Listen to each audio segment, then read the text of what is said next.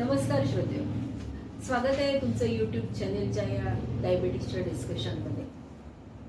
आतापर्यंत आपण अनेक विषयांवरती डायबिटीसशी संबंधित असलेल्या मुद्द्यांवरती चर्चा केली. आज अजून एक महत्त्वाचा मुद्दा आपल्याला असा सांगायचा आहे की डायबिटीस असणाऱ्या व्यक्तीला इतर काही असे जे म्हणजे सर्दी झाली किंवा ऊन लागणं किंवा काही पोटाचे विकार होणं, ऍसिडिटी होणं, असे तात्पुरत्या स्वरूपाचे काही आजार होऊ शकतात. कधी ताप येतो, नाही का? तर हे जे आजार होतात त्यावेळेला सहसा प्रत्येक जण काही फिजिशियनकडे प्रत्येक वेळेला मग जात नाही, तर आपल्या शेजारच्या जनरल प्रॅक्टिशनरकडे जाऊन काही ना काही तात्पुरत्या स्वरूपाचं औषध हे घेतलं जातं. पण याच्यामध्ये एक नेहमी होणारी चूक जी माझ्या लक्षात आलेली आहे पेशंटकडनं होणारी, ती अशी की जेव्हा हे सगळे औषधं घेतात, समजा ऍसिडिटी झाली आहे, काही झालंय, तर त्यावेळेपुरतं गोळ्या जास्त होतात म्हणून, गोळ्यांचे दुष्परिणाम होतात म्हणून वगैरे हे डायबेटिक्सची औषधं तात्पुरती हे लोक बंद ठेवून देतात पेशंट लोक. आता ही एक गोष्ट लक्षात ठेवणं गरजेचं आहे की डायबेटिक्सची औषधं म्हणजे ही आजाराची औषधं नाही आहे. हे कसं आहे की आपला बिघाड झालेला आहे शरीराच्या सिस्टीममध्ये, तो सुरळीत राहावा म्हणून ती औषधं आहेत. म्हणजे हा 40चा चष्मा मला वाचता यावं म्हणून मी लावते, नाही का? तर आता मला जर इतर काही कारणाने काही करायचं असेल तर मी हा चष्मा जर काढून ठेवला तर मला दिसणार आहे का? नाही. तसं आहे, डायबेटीसची औषधं जर तुम्ही बंद ठेवली की तुमची शुगर वाढणार. 1 किंवा 2 डोस जरी स्किप झाले तरी शुगर ही नक्की वाढेल. आणि मग जो काय तुम्हाला तात्पुरत्या स्वरूपाचा होईना ताप, खोकला, सर्दी, पडसं, पोट दुखणं, डायरिया असं काही झालं असेल तर त्याची गुंतागुंत वाढेल साखर वाढल्यामुळे. कारण साखर जी आहे शरीरामध्ये, साखर नॉर्मल असणं हे सगळं आरोग्य नीट असण्याचं बेसिक मूळ आहे. जर साखर बरोबर नसली, साखर कंट्रोलमध्ये नसली तर सगळ्या आजाराचे कॉम्प्लिकेशन्स होऊ शकतात. त्यामुळे कुठलाही काहीही आजार झाला तर पहिली महत्वाची गोष्ट करायची की आपल्या साखरेच्या, बीपीच्या, हार्टच्या ज्या गोळ्या असतील त्या नियमित ठेवायच्या. म्हणजे आधी जर नियमित नसतील घेतल्या तर तेव्हा तरी नियमित घ्यायच्या. होतं काय की ठीक याच्या उलट होतं, त्या गोळ्या सुरू आहेत म्हणून पॅरासिटामॉलच्या आणि अँटीबायोटिक्सच्या गोळ्या सुरू आहेत म्हणून डायबिटीसच्या गोळ्या पेशंट बंद करतात आणि मग सगळा जो बॅलन्स असतो तो बिघडून जातो. तेव्हा ही एक गोष्ट आवर्जून लक्षात ठेवायला हवी. बरं, दुसरा एक महत्वाचा मुद्दा अजून मला पेशंटशी बोलताना लक्षात येतो की पेशंटला कन्फ्युजन असते की साखर कधी तपासायची. आता मागे पण मला वाटतं आपण एका एपिसोडमध्ये याच्यावरती बोललो आहोत की जेव्हा साखर तपासायला पेशंट येतात दवाखान्यामध्ये तेव्हा त्यांनी गोळ्या घेऊनच तपासायला पाहिजे. गोळ्या बंद ठेवून तपासायची नाही. आणि किती दिवसांनी तपासायची? तर वर्षातून कमीत कमी 4 वेळा तर तपासणं गरजेचं आहे, जेव्हा साखर पूर्णपणे नॉर्मल असेल तेव्हा. आणि जर तुमची साखर नॉर्मल नाहीये, म्हणजे वाढलेली आहे, तर अशा वेळेला साखर नॉर्मल येईपर्यंत कम्फर्टेबल इंटरव्हल जो पण असेल, मग तो 5 दिवसापासून तर महिनाभरापर्यंत असू शकेल. म्हणजे डॉक्टरला जर कम्फर्टेबल वाटत असेल तुम्हाला 1 महिन्यानी बोलवायला तर मग 1 महिन्यानी हरकत नाही, परंतु 1 महिन्यापेक्षा जास्त इंटरव्हल सहसा ठेवू नये जर तुमची साखर वाढलेली असेल तर.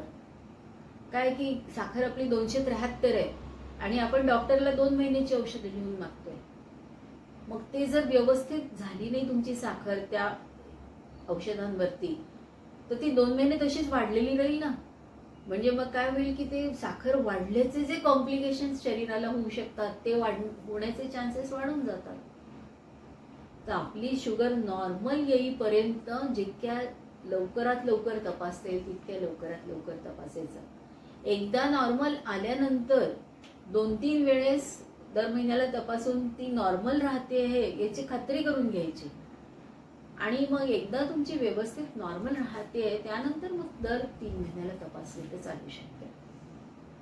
म्हणजे यांनी काय होतं की आपली साखर जास्त वेळ ॲबनॉर्मल राहणार नाही आणि जे काही कॉम्प्लिकेशन्स होतात डायबिटीसच्या पेशंटला ते साखरेची पातळी ॲबनॉर्मल राहिल्यामुळे होतात.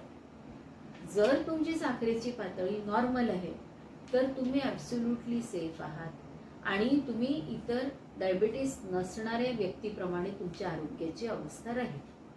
पण साखर वाढलेली आहे आणि तरी आपण तपासून त्याच्यामध्ये डोजेसमध्ये बदल करून तिला नॉर्मल आणत नाही आहे आणि दुर्लक्ष करतो आहे आणि एक कोणती तरी गोळी चालू आहे, 2-3 महिन्यातून एकदा डॉक्टरकडे जातो आहे, पण साखर नॉर्मल आहे का तर नाही, मग त्याला काही अर्थ नाही ट्रीटमेंटला.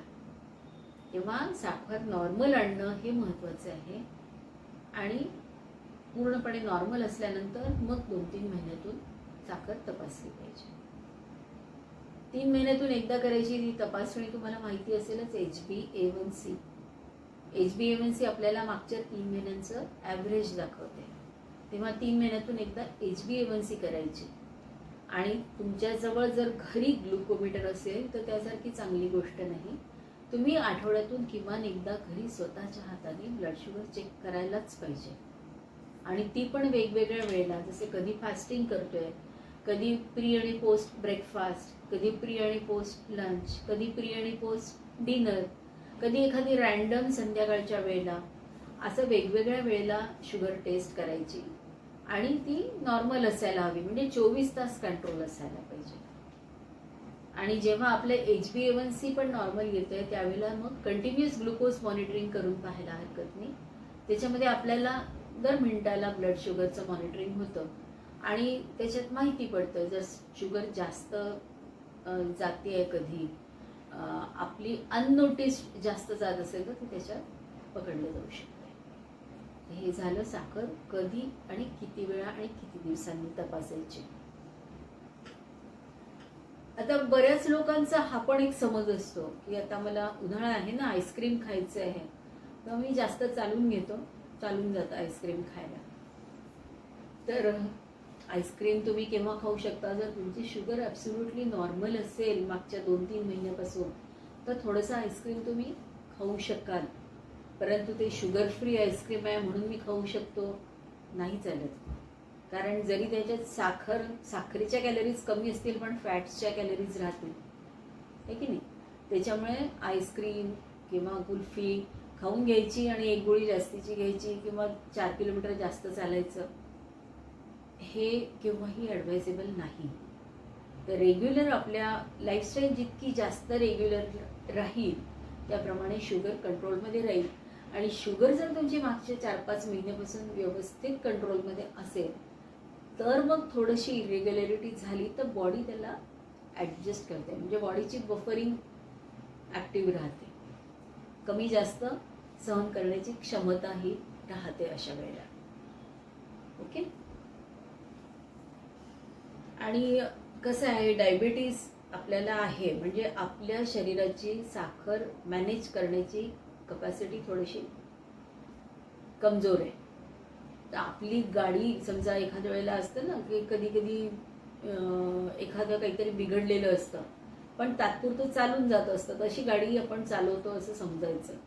आणि जसं आपण जपून वापरतो एखादं काही खराब झालेली गाडी वगैरे, तसं आपलं शरीर आपण जपून वापरायचं आणि ब्रेकडाऊन होऊ नये द्यायचा, हे मेन असतं. नमस्कार.